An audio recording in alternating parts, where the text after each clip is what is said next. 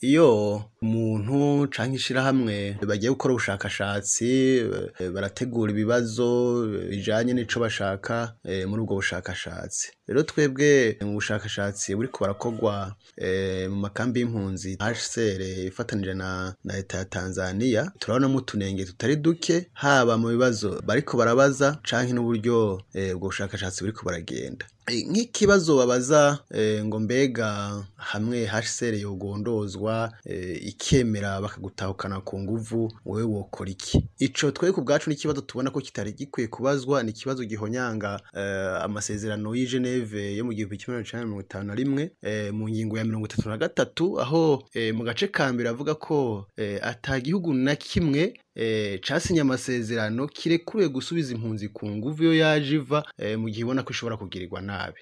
Mu gace ka kabiri ho baremera ko bishoboka ko impunzi ishobora gutahukana ku nguvu, ariko akaba ari mu gihe iba yarasize ikoze ivyaha mu Burundi bihanwa n'amategeko mpuzamakungu. Aho ni nk'icaha c'ihonyabwoko n'icaha c'agahomerabunwa, ariko naho nyene iyo mpunzi ikaba ifise umutahe mpuzamakungu waba watanzwe n'igihugu canke sentare, ariko uwo mutahe ukaba waremewe n'igisata cawo nikibijejwe. Ivyo navyo tukaba tuzi neza ko ata mpunzi nimwe yo mu Burundi ifise umutahe mpuzamakungu canke se umutahe wemewe n'igisata cawo.